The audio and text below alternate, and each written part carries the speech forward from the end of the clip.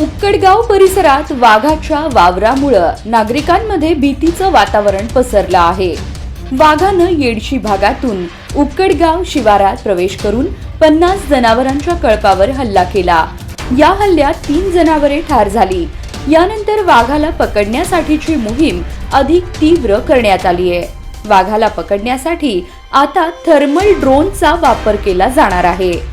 शुक्रवारी रात्री उशिरा ट्रॅप कॅमेऱ्यात वाघ दिसला, मात्र दुसऱ्या दिवशी तो त्या भागातून पसार झाला। त्यानंतर ट्रॅप कॅमेऱ्यात बिबट्याचाही वावर कैद झाला आहे।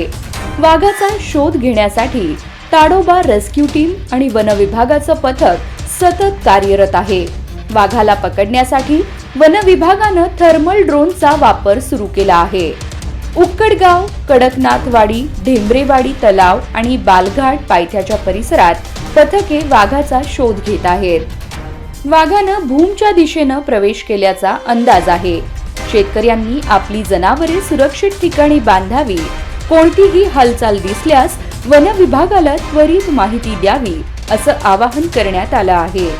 वाघ आणि बिबट्याच्या वावरामुळे परिसरातील नागरिकांमध्ये दहशत निर्माण झाली आहे।